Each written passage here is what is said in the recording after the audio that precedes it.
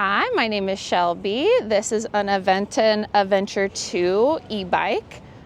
Great for off-roading and in the city. Well, I would say the e-bike was actually more of a car replacement than a bike replacement for me. So I do have an energy limiting condition, a health condition that also makes me heat intolerant, and I'm going through cancer treatment. So I never know how I'm gonna feel. So the e-bike lets me decide, depending on how I feel, how I can get some assistance. So they've got the pedal assist, or I have the throttle here if I would like. There's varying levels of pedal assist. So even on my worst days, I can still use the pedal assist and still get out in the air instead of being in a car or staying home. So love that. I would say, so I was very much a naysayer in my 20s. Of course, I had not run into the inevitability that my body would fall apart. So, I was like, oh, that's cheating. I'm jumping around in my fixie or whatever, thinking that, riding an acoustic bike, as I call it, is the best thing ever. But this has, what I did not expect is now I can keep up with my friends who I would normally stay at home instead of joining them for 30-mile rides.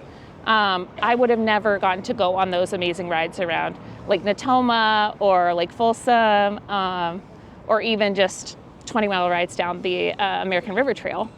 Because I just couldn't do it on a regular bike. So this has enabled me to do all these new things and see all these new places that I would have never been able to see otherwise. A very high-tech crate. I do love all my gadgets, so I got my phone holder here, and I added this mirror as well, which I would say is the ultimate cheap upgrade. I also added one to my regular bike after this because I didn't realize how much of a pain it was to look over my shoulder all the time. And this just makes me feel better, especially when I'm going fast. I don't have as much time to check my blind spot. So love that.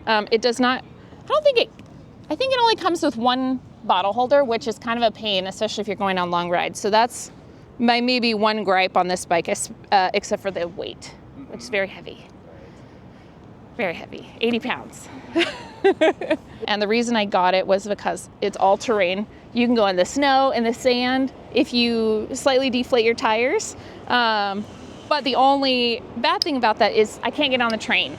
So I can't take it to Davis or San Francisco or something like that. I have to get a lighter bike for that. It goes 20 miles an hour with the throttle, and then theoretically up to 28 if you're pedaling. I have not successfully gotten it up to 28, but that's pretty fast. And I believe up to 60 miles on one charge.